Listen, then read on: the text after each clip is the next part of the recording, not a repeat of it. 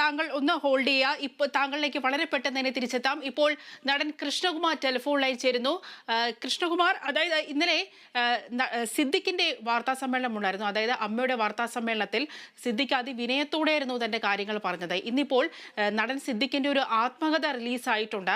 ആ ആത്മകഥയുടെ പേര് അഭിനയം അറിയാതെ എന്നാണ് ആ ആത്മകഥയുടെ പേര്. നടൻ സിദ്ദിഖ് നമുക്കെല്ലാവർക്കും അറിയാം, അദ്ദേഹം നല്ലൊരു പെർഫോമറാണ്.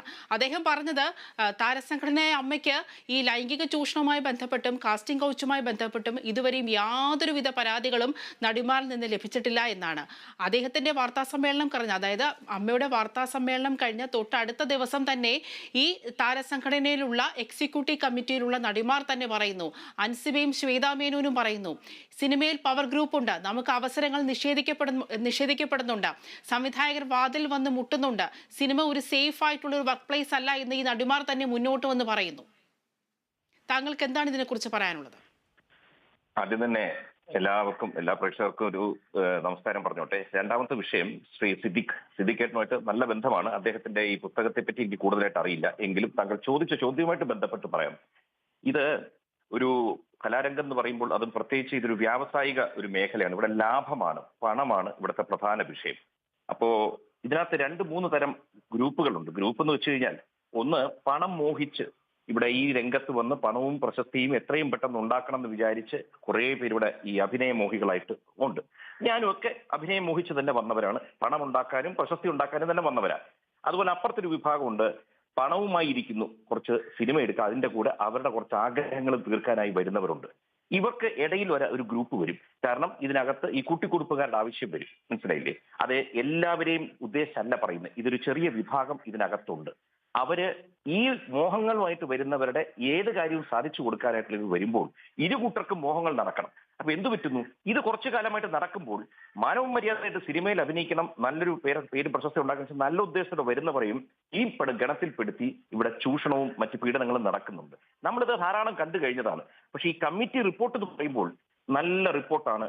ശരിയായ അന്വേഷിച്ച് ശക്തമായ ഭാഷയിൽ നമുക്കൊന്നും പറയാൻ പോലും പറ്റാ അത്ര രീതിയിൽ അവർ റിപ്പോർട്ട് ചെയ്തിട്ടുണ്ട്. പക്ഷേ ഇതുപോലെ എത്രയെത്ര റിപ്പോർട്ടുകൾ നമ്മൾ കണ്ടിരിക്കുന്നു. ഈ റിപ്പോർട്ടിന്റെ പുറത്ത് നടപടി ഇപ്പോഴെങ്കിലും എടുത്തില്ലെങ്കിൽ എന്താണ് പറ്റാൻ പോകുന്നത് വെച്ച് കഴിഞ്ഞാൽ, ഈ മേൽപ്പറഞ്ഞ കൂട്ടരുണ്ടല്ലോ, ഈ പീഡനത്തിനും ചൂഷണത്തിനും മയക്കുമരുന്ന് വരെ ഉപയോഗിച്ച് പലരെ പീഡിപ്പിക്കുന്നവരുണ്ട്. അവരുടെ എണ്ണം കൂടിക്കൊണ്ടിരിക്കും. വെളിയിൽ മേഖലയ്ക്ക് പുറത്തു നിൽക്കുന്ന പല ക്രിമിനൽസും ഇവിടെ ശിക്ഷ കൊടുത്തില്ലെങ്കിൽ ഇങ്ങോട്ട് വരും. ഇത് നല്ലൊരു മേഖലയാണല്ലോ തന്റെ കാര്യങ്ങൾ നടത്താൻ എന്ന് പറഞ്ഞു വരും. അതുകൊണ്ട് ഈ റിപ്പോർട്ടൊക്കെ നല്ലതാണ്. പക്ഷെ ഇതുപോലെ പല റിപ്പോർട്ടുകൾ നമ്മൾ മുൻപ് കണ്ടിട്ടുണ്ട്. ഈ റിപ്പോർട്ടിന്റെ പുറത്ത്, ഈ റിപ്പോർട്ടിന് ഇത്രയും കാലം പൂഴ്ത്തി വെച്ചതേ തെറ്റ്. ഇപ്പൊ എന്ത് കാര്യത്തിനായിട്ട് പെട്ടെന്ന് പുറത്തു കൊണ്ടുവന്നും അറിയില്ല. അതുകൊണ്ട് റിപ്പോർട്ടിന്റെ പുറത്ത് നടപടി എടുത്തിട്ട് ഇതിൽ കുറ്റക്കാരുണ്ടെന്ന് തെളിഞ്ഞു കഴിഞ്ഞാൽ ഏറ്റവും ശക്തമായ ശിക്ഷ എടുത്ത് കാണിച്ചു കൊടുത്ത് ഇനി ഇത്തരം തെറ്റ് ചെയ്യാൻ വരുന്നവൻ എനിക്കും ഇതുപോലെ ശിക്ഷ കിട്ടുമല്ലോ എന്ന് ഭയന്നിട്ട് ഈ പരിപാടികൾക്ക് മുതിരരുത്. അതുകൊണ്ട് ഒരു പരിധി വരെ സിനിമാ രംഗത്തെ ക്ലീൻ ചെയ്യാൻ ഈ റിപ്പോർട്ട് വെച്ച് നടപടിയെടുത്താൽ സാധിക്കുന്നതാണ് ഞാൻ വിശ്വസിക്കുന്നത്. കൃഷ്ണകുമാർ, അതായത് ശ്രീ കൃഷ്ണകുമാർ, ഇപ്പോൾ രഞ്ജിത്ത്, അതായത് സംവിധായകൻ രഞ്ജിത്ത് അക്കാദമി ചെയർമാൻ സ്ഥാനത്ത് നിന്ന് രാജിവെക്കും എന്നുള്ള ചില സൂചനകൾ വരുന്നുണ്ട്. ഔദ്യോഗികമായി ഈ വാർത്തയ്ക്കൊരു സ്ഥിരീകരണം ഇതുവരെയും ലഭിച്ചിട്ടില്ല. അദ്ദേഹത്തിന്റെ ഔദ്യോഗിക വാഹനത്തിൽ നിന്ന് ചെയർമാൻ ബോർഡ് നീക്കം ചെയ്തിട്ടുണ്ട്. മാത്രമല്ല സർക്കാരിൽ നിന്നും രാജിക്കായിട്ടുള്ള സമ്മർദ്ദമുണ്ട് എന്നുള്ള സൂചനകളും വാർത്തകളും ഇപ്പോൾ പുറത്തു വന്നുകൊണ്ടിരിക്കുകയാണ്. ഇനിയിപ്പോൾ രഞ്ജിത്ത് രാജിവെച്ചെന്ന് തന്നെ ഇരിക്കട്ടെ, കേവലം ഒരു രാജി കൊണ്ട് മാത്രം ഈ പ്രശ്നത്തിനൊരു പരിഹാരം ഉണ്ടാകുമോ? കാരണം രഞ്ജിത്തിനെതിരെ ഗുരുതരമായ ആരോപണമാണ് ബംഗാളി നടി ശ്രീലേഖ മിത്ര ഉന്നയിച്ചിരിക്കുന്നത്. മാത്രമല്ല നിർമ്മാതാവ് ലിബർട്ടി ബഷീറും രഞ്ജിത്തിനെതിരെയുള്ള ആരോപണം ശരിവെച്ചിട്ടുണ്ട്. ഇപ്പോൾ ഒരു എഴുത്തുകാരി MA ഷഹനാസ്, അവരും രഞ്ജിത്തിൽ നിന്ന് മോശമായിട്ടുള്ള അനുഭവങ്ങൾ ഉണ്ടായി എന്നുള്ള തുറന്നു പറച്ചിലുമായി വന്നിട്ടുണ്ട്. അതുകൊണ്ട് ഇത്തരമൊരു പ്രശ്നം ഉണ്ടാകുമ്പോൾ ചെയർമാൻ സ്ഥാനത്ത് നിന്ന് രാജിവെച്ചത് കൊണ്ട് മാത്രം ഈ പ്രശ്നത്തിനൊരു പരിഹാരം ഉണ്ടാകുമോ ശ്രീ കൃഷ്ണകുമാർ? ഇതിനകത്ത് പരിഹാരം എന്ന് പറഞ്ഞാൽ നേരത്തെ പറഞ്ഞ പോയിന്റോട്ട് തന്നെ ഞാൻ പോകാം. അതായത് ഈ രാജി വെക്കണമെന്നോ ഇത് എന്തൊക്കെ നടന്നു എന്നുള്ളത് ഞാൻ അറിഞ്ഞിട്ടില്ല. കാരണം ഇപ്പോഴത്തെ വാർത്ത ഞാൻ കണ്ടിട്ടില്ല, യാത്രയിലായിരുന്നു. പക്ഷേ അതിശക്തമായ ഒരു ആരോപണം തെളിവോടെയൊക്കെ വരുമ്പോൾ ആദ്യം രാജി വെക്കണം. വെച്ചതിന് ശേഷവും ഈ അന്വേഷണം വരുമ്പോഴത്തേക്കുള്ള ഒരു പ്രോബ്ലം എന്ന് വെച്ച് കഴിഞ്ഞാൽ, നമ്മൾ കോടതിയിൽ പോകുമ്പോൾ അവിടെ വികാരങ്ങൾക്കല്ല, അവിടെ ഇമോഷണലി ഒരു കാര്യം പറയുന്നില്ല, സയന്റിഫിക് പ്രൂഫുകളാണ് വേണ്ടത്. ആ പ്രൂഫുമായി വന്നിട്ട് വേണം. ഇത് ഇദ്ദേഹത്തിനെതിരെ എന്നല്ല ഞാൻ പറഞ്ഞു വരുന്നത്, ഏത് കുറ്റക്കാരനെതിരെയാണെങ്കിലും ഏത് മേഖലയിലാണെങ്കിലും അതിശക്തമായ തെളിവോടുകൂടി വന്ന് അന്വേഷിച്ച്, ഞാൻ നേരത്തെ പറഞ്ഞത് ശിക്ഷയുടെ അളവ് പോലിരിക്കും ഇവിടുത്തെ അക്രമങ്ങളുടെ ഏറ്റക്കുറച്ചിലുകൾ സംഭവിക്കാൻ പോകുന്നത്. അപ്പോ ഇങ്ങനെ തെറ്റ് ചെയ്തിട്ടുണ്ടെന്ന് പൂർണ്ണമായി ബോധ്യപ്പെടുത്താൻ പറ്റുന്ന തെളിവ് സഹിതം ഹാജരാക്കിയാൽ ആ വ്യക്തി ആരാണെങ്കിലും എത്ര വമ്പനാണെങ്കിലും അവർക്കെതിരെ കടുത്ത ശിക്ഷ തന്നെ കൊടുക്കണം. അത് ആരാണെങ്കിലും. ഇപ്പൊ നാളെ ഈ പറഞ്ഞുകൊണ്ടിരിക്കുന്ന എനിക്കെതിരെ ഒരു ആരോപണം വരുന്നു, അതിശക്തമായ ഒരു ആരോപണമാണെങ്കിൽ അന്വേഷണം നടക്കട്ടെ. ഈ അന്വേഷണത്തെ തടയുന്ന എന്തിനാന്ന് എനിക്ക് മനസ്സിലാവുന്നില്ല. ഇപ്പോഴും റിപ്പോർട്ടിന്റെ പുറത്ത് ഒരിടത്തും ഒരു അന്വേഷണം നടക്കുന്നില്ല.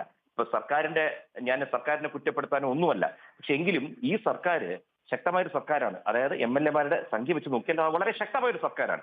ഇവർക്ക് ഏറ്റവും സുഖമായി ഇന്ന് നടപടിയെടുക്കാൻ കഴിയും. മാത്രമല്ല ജനങ്ങളുടെ പൂർണ്ണ പിന്തുണയുണ്ട് ഇതിനകത്ത്. അപ്പൊ ഈ സമയത്ത് പോലും നടപടിയെപ്പറ്റി ആരും സംസാരിക്കുന്ന പോലുമില്ല. ചാനൽ ചർച്ചകളിൽ പോലും ഇതുമായി ബന്ധപ്പെട്ടവർ വന്നിരുന്ന് ഒഴിവൊഴികളും ന്യായീകരണങ്ങളും പറയുന്നത്. ഞാൻ ഒരു പാർട്ടിക്കെതിരായിട്ട് സംസാരിക്കുന്നില്ല. ഇവിടെ പാർട്ടി, മതം, ജാതി അല്ല വിഷയം. ഇതൊരു കടുത്ത തെറ്റായ പ്രവണത ഇവിടെ നടക്കുകയാണ്. സർവ്വ തൊഴിലിടങ്ങളിലുണ്ട്. അതിൽ എടുത്തു പറയാവുന്ന മേഖലകളാണ് സ്പോർട്സ്, രാഷ്ട്രീയം, സിനിമയിലൊക്കെ ഇത് നടക്കുന്നുണ്ട്. അപ്പൊ ഇങ്ങനെ ഒരു റിപ്പോർട്ട് വന്ന സ്ഥിതിക്ക് ഇവിടെയെങ്കിലും ഒരു തുടക്കം കുറിച്ചു വെച്ചില്ലെങ്കിൽ ഈ തെറ്റ് കുറ്റങ്ങളൊക്കെ കൂടിക്കൊണ്ടിരിക്കും. നമ്മുടെ കൈവിട്ടു പോകുന്ന കാലം വരും. കൃഷ്ണകുമാർ, ഈ ഒരു ഹേമ കമ്മിറ്റി റിപ്പോർട്ട് പുറത്തു വന്നപ്പോൾ താങ്കളുടെ ഭാര്യയുടെ ഒരു യൂട്യൂബ് വീഡിയോയിലൂടെ താങ്കളുടെ ഒരു കമന്റ് ഉണ്ടായിരുന്നു. അതായത് എൻ്റെ വാതിലൊന്നും വന്ന് തട്ടരുതേ, താങ്കൾ ഭാര്യയോട് പറയുന്നതാണ് എൻ്റെ വാതിലൊന്നും വന്ന് മുട്ടരുത്, ഇപ്പോൾ കമ്മീഷനൊക്കെ ഉള്ളൊരു കാലമാണെന്ന്. ഈ ഒരു ഹേമ കമ്മിറ്റി റിപ്പോർട്ട് ചർച്ചയാവണം, ആ ഒരു സതുദ്ദേശത്തോടെയാണോ താങ്കൾ അങ്ങനെ ഒരു കമന്റ് പറഞ്ഞത്? അല്ല, അങ്ങനെ പ്രത്യേകിച്ച് ഉദ്ദേശം. പക്ഷെ എപ്പോഴും എന്താണ്, ഇതൊരു നല്ല ഒരു റിപ്പോർട്ടാണ്. ഈ റിപ്പോർട്ട് ഏറ്റവും നല്ല രീതിയിൽ കൊണ്ടുവരുന്നത്. കാരണം ഇത് ശ്രീമതി ഹേമ എന്നുള്ളതിനേക്കാൾ എനിക്ക് ഈ റിപ്പോർട്ടിനോട് കൂടുതൽ താല്പര്യം വെച്ചാൽ ഇതിനകത്ത് ഒരു അംഗമായിട്ട് ശാരദ ചേച്ചിയുണ്ട്. നടി ശാരദ, ഉർവശി ശാരദ. ശാരദ ചേച്ചിയുടെ മകനായിട്ടാണ് ഞാൻ ആദ്യം സിനിമയിൽ വരുന്നത്. ഇതിന്റെ കാര്യങ്ങളെല്ലാം എനിക്കറിയാം. പക്ഷെ ഞാൻ വീണ്ടും പറയുന്നു, ഇത്തരം റിപ്പോർട്ടുകൾ ഞാൻ എത്രയോ ഈ ഭൂമിയിൽ ജീവിക്കാൻ തുടങ്ങിയിട്ട് കുറെ വർഷങ്ങളായി. ഇത്തരം പല പല റിപ്പോർട്ടുകളും കമ്മിറ്റികളും കമ്മീഷനുകളും എല്ലാം വരും. പക്ഷെ എന്ത് പറ്റുന്നു, നടപടി എടുത്തില്ലെങ്കിലുണ്ടല്ലോ ഒരു 2 ആഴ്ച കഴിയുമ്പോൾ മറ്റൊരു വിഷയം വരും. ഉദാഹരണത്തിന് കേരളത്തിലെ നമ്മളെല്ലാം വിഷമത്തിലോട്ടും ദുഃഖത്തിലോട്ടും ആഴ്ചയൊരു സംഭവമായിരുന്നു വയനാട് വിഷയം. ഇന്ന് ഹേമ കമ്മിറ്റി വന്നു, നാളെ മറ്റൊരു വിഷയം വന്നു കഴിഞ്ഞാൽ ഈ ഹേമ കമ്മിറ്റി മറക്കും, നടപടിയും ഇല്ല, ഒന്നുമില്ല. ഒരു തമാശയും പ്രഹസനവുമായി മാറും ഇത്തരം റിപ്പോർട്ടുകളും. ഈ ഒരു ഫുൾ എക്സസൈസ് തന്നെ തമാശയായി മാറും. അതുകൊണ്ട് ഇതിനെയൊക്കെ നമ്മൾ വേറെ രീതിയിൽ കൂടി കാണണം. കാരണം വളരെ വലിയ ആവേശം കൊണ്ട് നമ്മളിപ്പോ സംസാരിക്കും. അവർക്കെതിരെ ഇവർക്കെതിരെ മുഴുവൻ ശത്രുത സമ്പാദിച്ച് പണ്ട് ശ്രീ തിലകൻ അദ്ദേഹമൊക്കെ അനുഭവിച്ചത്, വാതോർന്ന് പറഞ്ഞതിന്റെ പേരിൽ അനുഭവിച്ചത് നമ്മൾ കണ്ടതാണ്. ഇനിയും പലരും അനുഭവിക്കാൻ പോകുന്നുണ്ട്. വരും കാലത്ത് നടപടി വരും.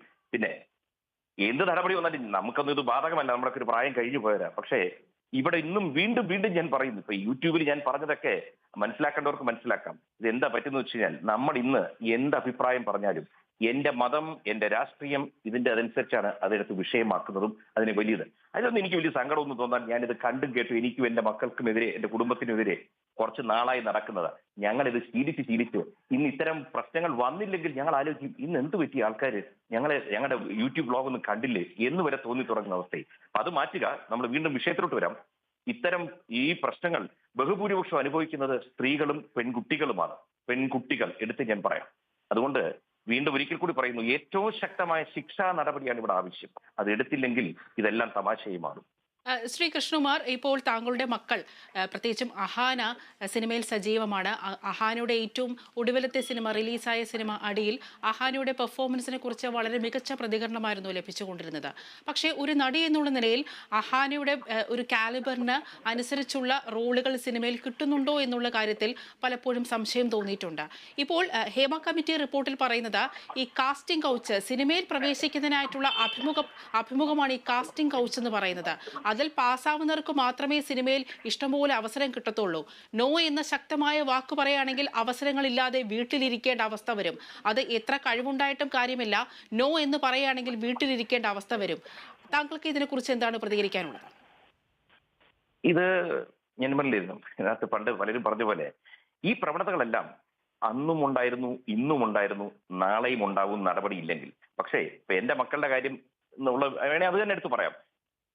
സിനിമയിൽ ഞാൻ എപ്പോഴും പറയും, സിനിമയിൽ കഴിവ് അല്ലെങ്കിൽ സിനിമയിൽ വരേണ്ടത് ലുക്സ്, മറ്റത് മറിച്ച് ഇതും മറ്റു പല കാര്യങ്ങളും എല്ലാം കൂടി അതൊക്കെ ചെറിയൊരു ഇത് മതി. ഇതിനകത്തൊരു ഭാഗ്യത്തിന്റെ മേഖലയാണ് ഈ സിനിമ എന്ന് പറയുമ്പോൾ. ഇതിനകത്ത് ഭാഗ്യം, പിന്നെ വേറെ ചില ഇപ്പൊ ഈ കമ്മിറ്റി റിപ്പോർട്ടിൽ പറഞ്ഞിരിക്കുന്ന കാര്യങ്ങൾ, ഇതെല്ലാം കൂടിയാണ് 98%. ഈ കഴിവും മറ്റതൊക്കെ 2% മതി ഇവിടെ. അതാണ് സിനിമയുടെ ഒരു പ്രത്യേകത. കാരണം ഞാനിത് ഈ മേഖലയിൽ വന്ന് ഏകദേശം 35 വർഷമാകുന്നു. അപ്പൊ നമ്മളിതെല്ലാം കണ്ടുവെച്ചാൽ എന്ന് വെച്ച് സക്സസ്ഫുൾ ആയി നിൽക്കുന്നവരെ ആരെയും ഞാൻ കുറ്റപ്പെടുത്തുന്നില്ല. അവരെല്ലാം കഴിവുള്ളവരാണ്, ഭാഗ്യമുള്ളവരാണ്, എല്ലാമാണ്. ഇപ്പൊ ഞാനൊരു പരാജയമാണ് എന്ന് പറഞ്ഞാൽ അവരെ കുറ്റം പറയാൻ പറ്റില്ല. പക്ഷേ ഈ പറഞ്ഞതുപോലെ കഴിവുണ്ട് എന്ന് പറഞ്ഞ് ഇവിടെ വേഷമൊന്നും കിട്ടണമെന്നില്ല. മറ്റു പല കഴിവുകളും കൂടി ഇതിനകത്ത് ചില സമയങ്ങളിൽ വേണ്ടി വരും. അത് ചിലപ്പോൾ എന്റെ മക്കൾക്ക് ഉണ്ടോ ഇല്ലയോ എന്ന് എനിക്ക് അറിയത്തില്ല. വളരെ നന്ദി കൃഷ്ണകുമാർ, താങ്കളുടെ പ്രതികരണം അറിയിച്ചതിന് വളരെ നന്ദി. നമ്മുടെ പ്രതിനിധി ബിനോയിലേക്ക് പോവുകയാണെങ്കിൽ, ബിനോയ്, ഇപ്പോൾ കൃഷ്ണ